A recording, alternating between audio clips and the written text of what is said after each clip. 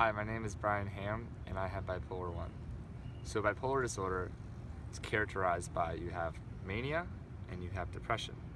And so when you're manic, you are very excitable and you're the life of the party and you have lots of fun. And then when you're depressed, you're obviously can't get out of bed, you can't do much. Um, and so it's an incurable disease, so it is pretty hard to live with. And I am slowly learning how to live with it. It all started about 2 months ago, and I went home with depression. I had suicidal thoughts.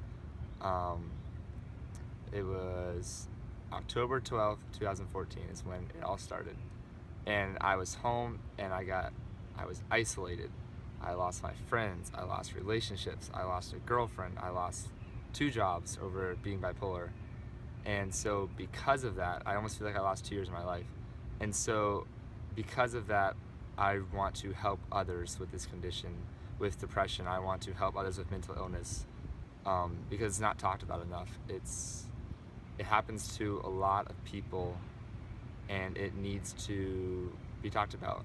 And so going through what I've gone through, I have found hope, but it's very hard to find hope. And when you are in depression, it's very easy to be hopeless.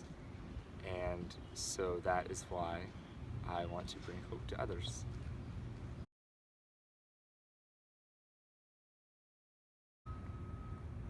So I decided to create an organization called WFH. WFH stands for Warriors Find Hope. So a warrior is someone who is depressed, and we call them hopefuls, 2 L's, like the play on the word hopeful. We call them, they are not depressed. And so what we do for 30 days is we pair up a warrior and a hopeful, and the whole job of the hopeful is to just be like to the warrior, hey, let's get out of bed. Hey, let's go get something to eat. Hey, let's go volunteer. Let's get a job. Let's go hang out with some friends. And so pretty much they're doing what the warrior can't do on their own. Because I feel like depression is treated great with counseling and medicine, but what they really need is to be heard and to be listened to and just love and compassion. And I feel like that is such a simple thing for us humans to do, and we don't do it enough. We don't talk about depression enough. It's a taboo thing to say. And I think that when I was going through depression and being bipolar, half the battle is the shame that you feel. And so I feel like if we can teach people that are depressed to not have that shame, it would make a world of a difference.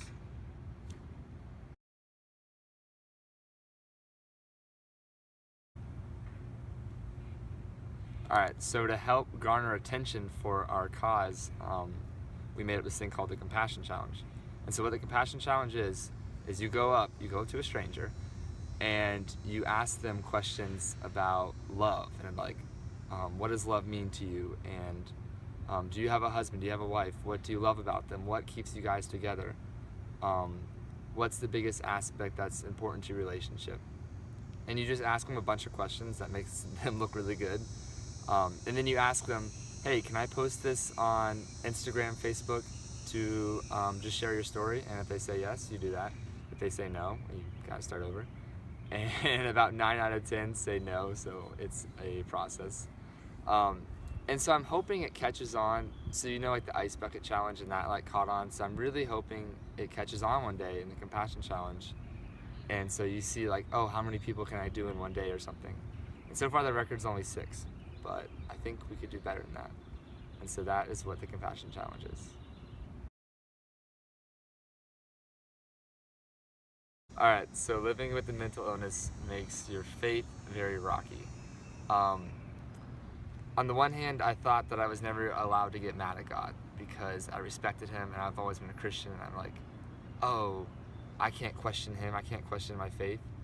But I got to a point where my relationship with him is really raw. And sometimes I yell at him, sometimes I ask, why is this, like, why did you do this to me? And I get really mad at him. And I feel like that's like a true relationship with God. Like, that's like, imagine having a friend and you're never allowed to get mad at them. That would just build resentment. And so I used to have this resentment in my heart, but once I kind of let my emotions go, it made that faith so much better. But it is hard because you kind of are watching your friends just go through life so easily, just have these blessings and don't even think twice about having good brain chemicals, you know, like um, it's, you think that they should be more grateful or something, or you just think that it's unfair of what God has done to you. But then you turn it around and you get to the place that I'm at, because I'm a living testimony that there is hope, that you look back and you believe that there's a reason for everything, and that God made me go through this because he wanted me to know pain. He wanted me to see pain, and knowing it makes me understand it more. It makes me so much more passionate to help people. It makes me so much more empathetic. He's let me, I've worked at Suicide Hotline for 6 months.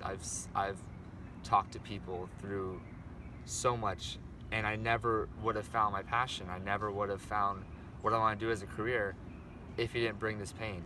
And so when it was happening, I could not see the reason behind it. But looking back, he truly was with me, and he doesn't really give you what you want, but God definitely gives you what you need.